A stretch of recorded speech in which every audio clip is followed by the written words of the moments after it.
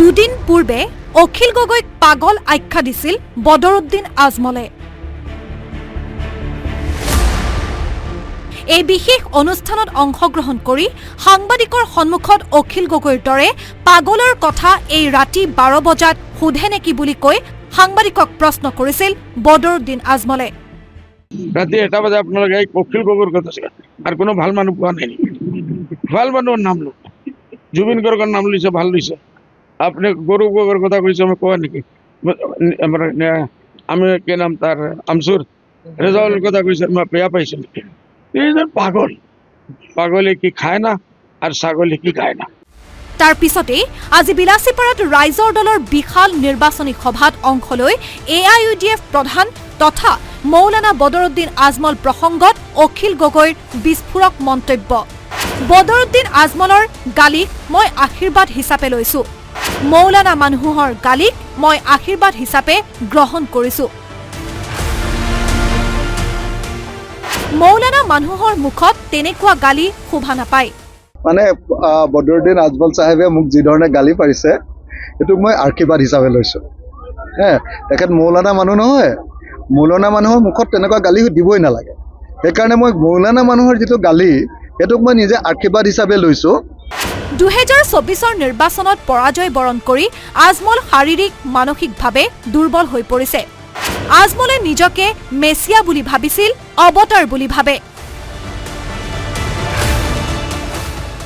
বিজেপিৰ লগতে 26 নিৰ্বাচনত AIUDFকো বিদায় দিব অসমৰ ৰাইজে। মই তেখেতক চিম্পেথাইজ কৰিব খুজিছোঁ। মানে তেখেতে সঁচাসঁচিকৈ ক'বলৈ গ'লে 2024 চনৰ আমাৰ যিটো বিধানসভা নিৰ্বাচন আছিলে, কি লোকসভা নিৰ্বাচন আছিলে, সেই লোকসভা নিৰ্বাচনত যেতিয়া 10 লাখ ভোটত হাৰিলে তেতিয়া মানে আচলতে তেখেতৰ অলপ মানে তেখেতৰ কি হৈছে, তেখেত শাৰীৰিক আৰু মানসিকভাৱে দুৰ্বল হৈ পৰিছে। যিহেতু তেওঁ সদায় ভাবি আছিলে যে তেওঁ নিজকে মেছিয়া বুলি ভাবে, তেওঁ নিজকে একেবাৰে অৱতাৰ বুলি ভাবে, তেওঁ নিজকে মানুহৰ ৰক্ষাকৰ্তা বুলি ভাবে, অথচ মানুহে তেওঁক সাংঘাতিক ধৰণে বিদায় দি দিলে।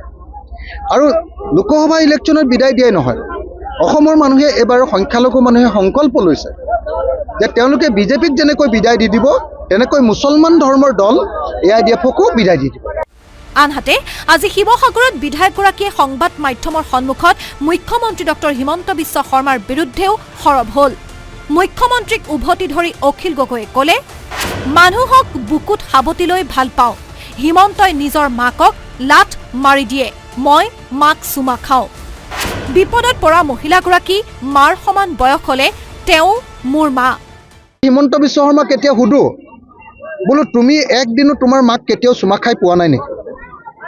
আৰু তোমাৰ মাও এনেকুৱা কাটচিটীয়া নেকি যে তোমাক এদিনো চুমা খোৱা নাই? সন্তানে যেনেকৈ মাকক চুমা খায় তেনেকৈ সন্তানেও মাকক চুমা খায়। গতিকে মাকেও চুমা খায়, সন্তানেও চুমা খায়। এগৰাকী মাতৃ, হ'ব পাৰে তেওঁ মুছলমান, হ'ব পাৰে তেওঁ সংখ্যালঘু, ভয়াৰ্ত এগৰাকী সংখ্যালঘু মহিলাই মোৰ বুকুত সোমায়, মোৰ মাতৃসম এগৰাকী মহিলাই যেতিয়া মোৰ বুকুত সোমায়, যেতিয়া কান্দিছে, সেই মহিলাগৰাকীক এটা নিৰ্ভয়তাৰ চুমা দিয়াটো মোৰ এটা জাতীয় দায়িত্ব। আৰু সেই দায়িত্ব পালন কৰাৰ কাৰণে মোক যদি হিমন্ত বিশ্ব শৰ্মাই তাচ্ছিল্য কৰে তেতিয়াহ'লে মই হিমন্ত বিশ্ব শৰ্মাক অসুৰ বুলি ক'ম। আনহাতে মুখ্যমন্ত্ৰীক প্ৰত্যাহ্বান জনাই শিৱসাগৰৰ বিধায়কগৰাকীয়ে ক'লে, উচ্ছেদৰ সময়ত কোনো অহা নাই, ভাঙিছে মামাই, আহিছো মই।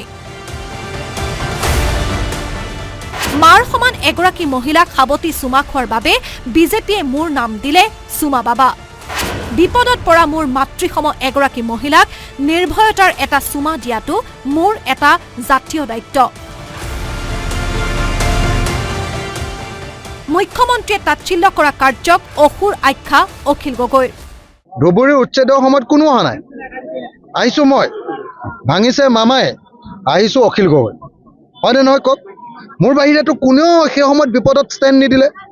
সেই সময়ত মানুহবিলাকৰ যিটো দুৰৱস্থা হৈছিলে, মই এগৰাকী মহিলাক, মোৰ মাৰ সমান বয়সীয়া মহিলাগৰাকীক সাৱটি ধৰি এটা চুমা খোৱাৰ কাৰণে বিজেপিয়ে মোক চুমা বাবা নাম দি দিলে।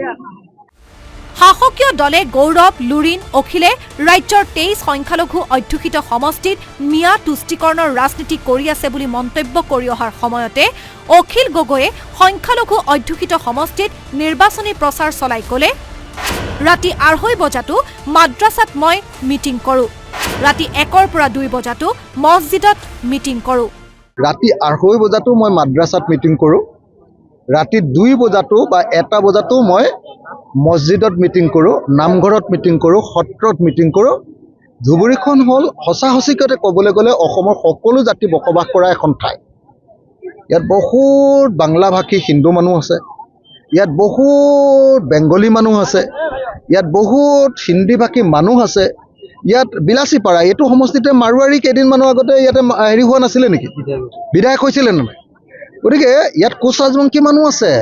আমাৰ ধুবুৰীত যিমান কোচ ৰাজবংশী মানুহ আছে, এইবাৰতো মই দেখিছোঁ যে বিলাচীপাৰা সমষ্টিত কোচ ৰাজবংশীৰ যিজন হেড কি কয় CM হয়নে নহয়, তেওঁতো এই বিলাচীপাৰা সমষ্টি আমাৰ ধুবুৰীৰ, হয়নে নহয় কওক?